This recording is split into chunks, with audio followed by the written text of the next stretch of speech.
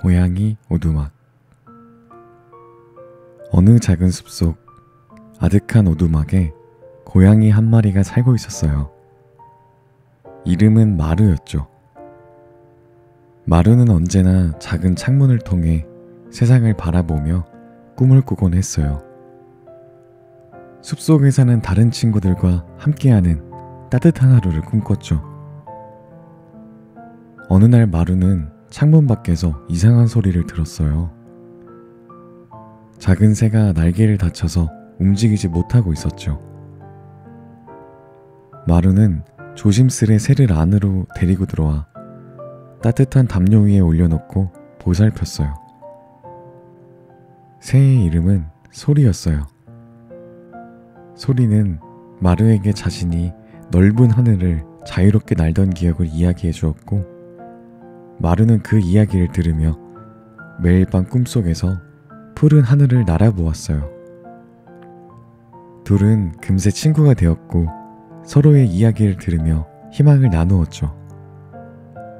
며칠 뒤 소리의 날개는 회복되었고 다시 하늘을 날 수 있게 되었어요. 헤어지는 것이 슬펐지만 마루는 미소 지으며 말했어요. 네가 하늘을 날고 있을 때 난 여기서 네 이야기를 떠올릴 거야. 우린 언제든지 연결돼 있어. 소리는 고개를 끄덕이며 밝게 웃었어요. 언제든지 널 생각하며 힘을 낼게. 너도 꼭 창밖 세상으로 나와 네 꿈을 펼쳐봐. 소리가 하늘 높이 날아오르는 모습을 본 마루는 자신도 오두막 밖으로 나가기로 결심했어요. 처음엔 두려웠지만 숲속 친구들이 따뜻하게 맞아주었고, 마루는 자신이 생각한 것보다 더 크고 아름다운 세상이 있다는 걸 알게 되었죠.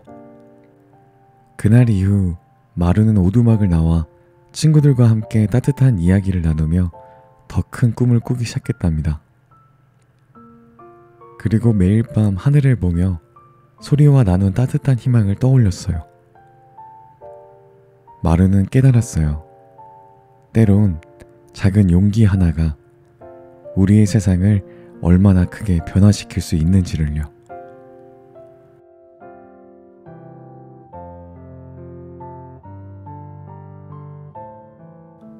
별을 담은 유리병.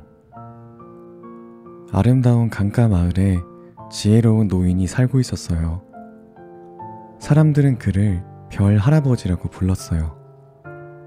별 할아버지는 밤마다 유리병에 별빛을 담아 마을 사람들에게 나누어 주었답니다. 별빛이 담긴 유리병을 품고 잠들면 사람들은 아름다운 꿈을 꾸었어요. 하지만 어느 날 할아버지의 별빛이 담긴 유리병이 점점 줄어들기 시작했어요. 이 소식을 들은 마을의 어린아이들은 할아버지를 돕기로 했어요. 아이들은 밤마다 언덕에 올라 별을 관찰하고 아름다운 이야기를 나누었어요. 그렇게 하늘을 올려다보며 별들의 아름다움을 느끼자 아이들의 마음속에 따뜻한 빛이 차오르기 시작했어요. 마을은 다시 밝고 희망적인 꿈으로 가득 찼고 별 할아버지도 환하게 웃었답니다. 별 할아버지가 아이들에게 말했어요. 진정한 별빛은 너희들 마음속에서 나오는 거란다.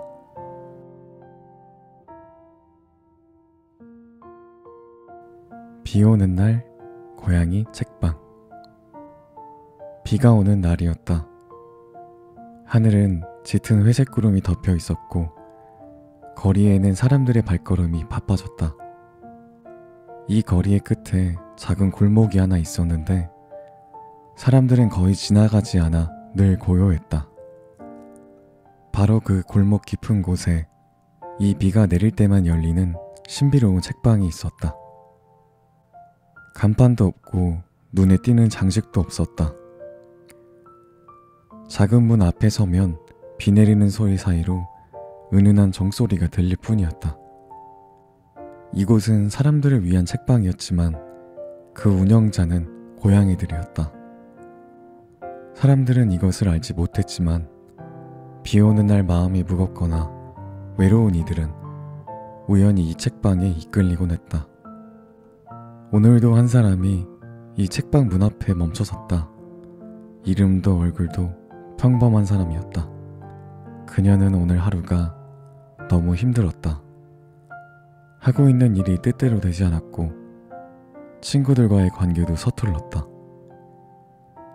무거운 마음으로 우산을 잡으며 책방 문을 열었다.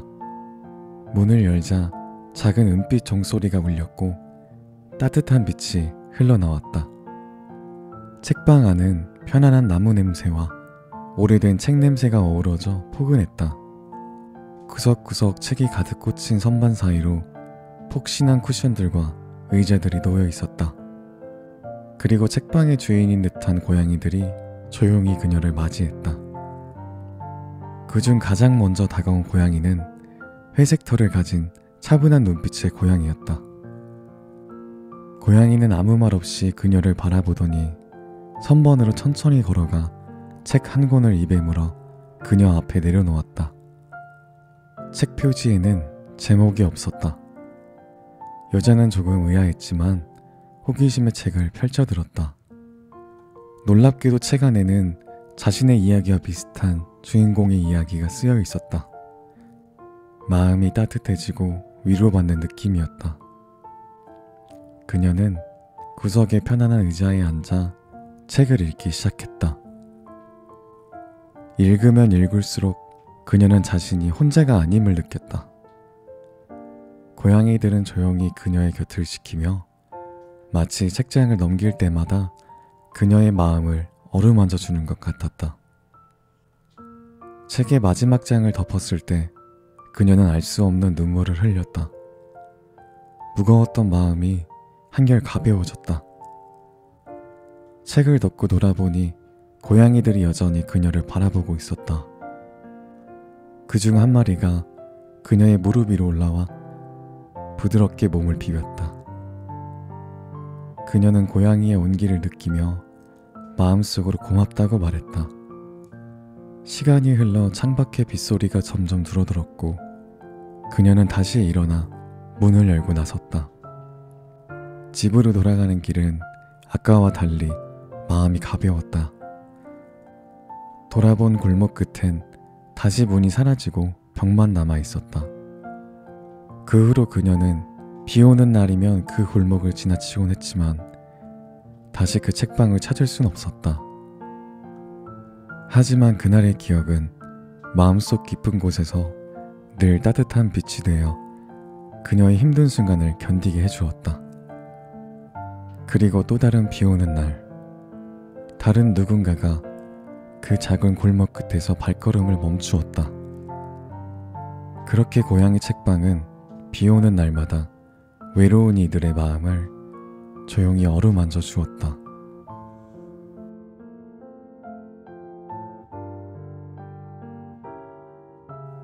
기억을 지우는 편지.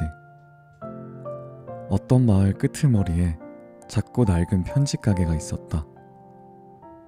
간판에는 기억의 편지라고만 적혀 있었다.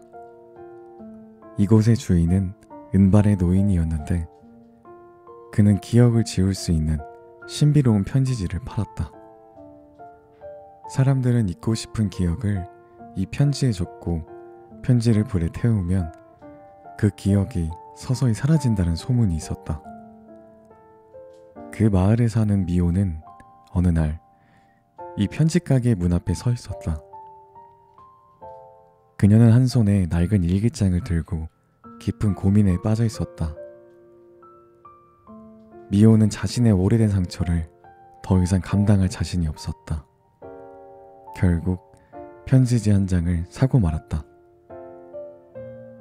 집에 돌아온 미호는 떨리는 손으로 편지지를 펼쳤다. 그녀는 눈을 감고 지우고 싶은 기억들을 하나씩 떠올렸다. 하지만 막상 펜을 드니 아무것도 적을 수가 없었다. 너무 아프고 힘들었지만 그 기억들 속엔 소중했던 추억들도 함께 섞여 있었다. 며칠 동안 미호는 편지지를 바라보며 망설였다. 결국 다시 편지 가게를 찾아갔다. 편지 가게의 노인은 미호를 보고 부드럽게 미소 지었다. 무엇이 고민이니? 미호는 말했다. 기억을 지우고 싶은데 막상 적으려니 소중한 기억까지 함께 사라질까봐 두려워요. 노인은 고개를 끄덕이며 말했다. 기억은 늘 그런 법이지. 고통과 행복은 종종 한 줄기 실처럼 얽혀 있단다. 미호는 눈물을 흘렸다. 그제야 자신이 진정 원하는 것은 기억을 지우는 것이 아니라 그 아픔을 극복할 용기였음을 깨달았다. 노인은 미호에게 다른 편지지 한 장을 건네주었다. 이 편지지는 기억을 지우진 않는단다. 대신 편지에 마음을 담아 적고 상대에게 전하면 진심이 닿을지도 모르겠구나.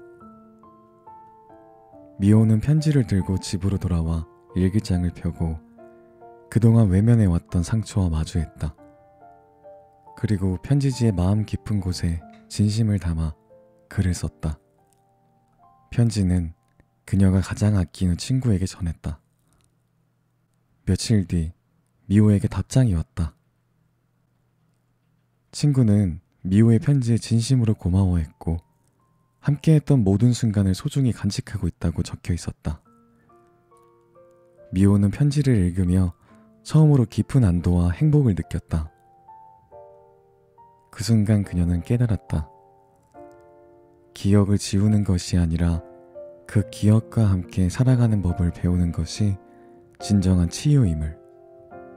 그 후로 미호는 종종 편지 가게를 방문했지만 다시는 기억을 지우는 편지지를 사지 않았다.